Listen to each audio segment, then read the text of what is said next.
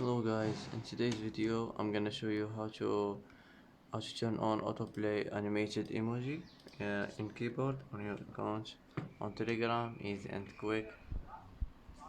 First click on these three lines and then click settings and click shot settings, click animations, and here you will find animated emoji. Click on it and you will find here autoplay in keyboard. Click on it and it will be turned on, and that's it for today.